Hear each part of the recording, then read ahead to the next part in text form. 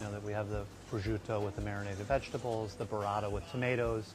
I mean, those are pretty humble ingredients, pretty simple dishes. We wanted to come up with one that is a little more,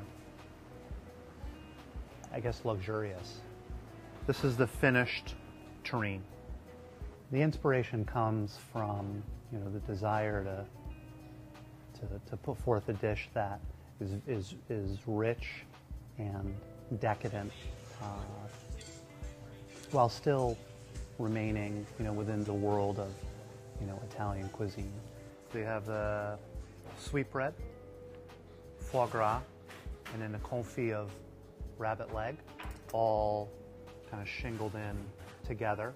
Rabbit, sweetbreads, even foie gras in the north are pretty common in the cuisine. And each of the ingredients is treated differently and brought together when we assemble the terrine.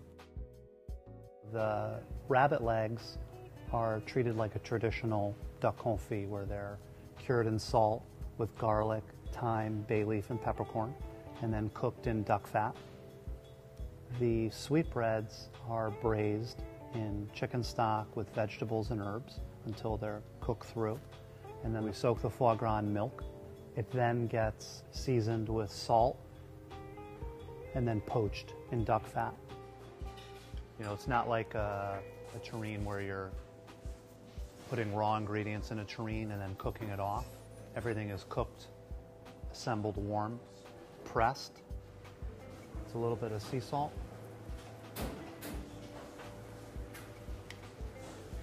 A little bit of black pepper. And then we're going to do a strike of aged balsamic.